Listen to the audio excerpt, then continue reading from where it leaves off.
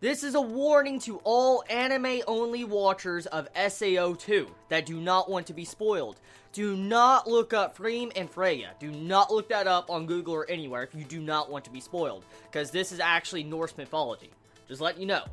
Anyways, with this episode of Sword Art Online 2, a very action-y oriented episode. That's exactly what it was. Anyone that's wanted action from this art definitely got it with this episode. And next episode looks like it's definitely going to be a lot of action building up, because the final boss of the dungeon is going to be fought next episode. So that right there has me psyched and hyped up for next week. Oh my god, the conclusion of this episode, when you see that fist coming down at Kirito, I'm like, dude.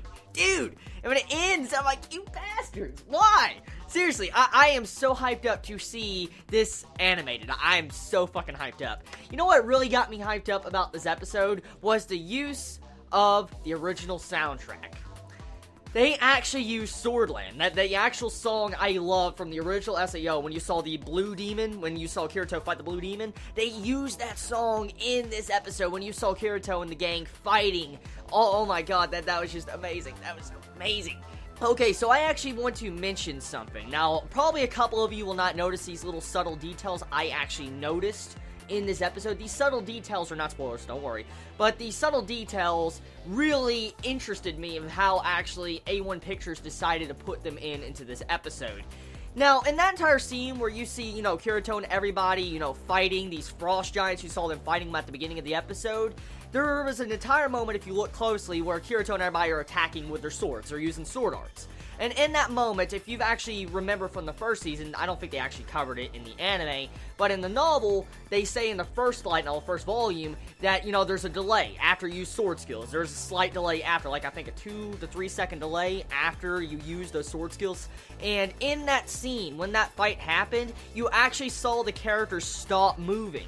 And that right there, I love the little details that A1 Pictures did in that scene. Only, I think, novel readers would actually pick up on something like that, but to see how A1 Pictures actually still added that in to where the characters kind of stopped, and they actually added in that tension to where Kirito could not dodge when that dude was about to come down and strike him. When the entire health bar was lowering down, okay, on that monster, and it got, down to, literally 1%, and you saw Kirito getting scared because he couldn't move. He was stunned. Everybody was stunned, besides Asuna, since she technically did not use any sword skills, so she could actually attack. So that's exactly what that meant right there.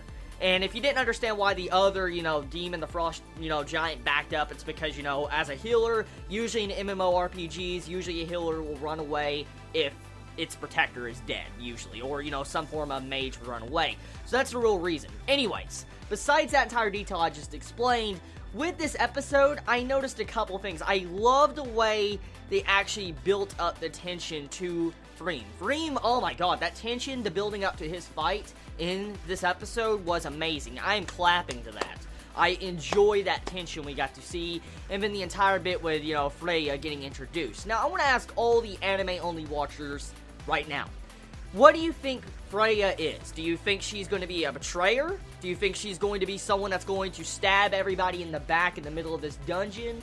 What do you think is clearly going to happen with this character that's joined Kirito's party? Now, this type of event actually happens a lot in games, even Dark Souls. I've seen these type of NPCs help out in boss fights. We've seen stuff like this in boss fights before. So this is nothing new, and this actually is not something that is like, what is this? That type of event actually has correlation with MMOs and RPGs in general. So seeing that, there's different ways this can go. Can Freyja be a maiden in disguise that is actually evil?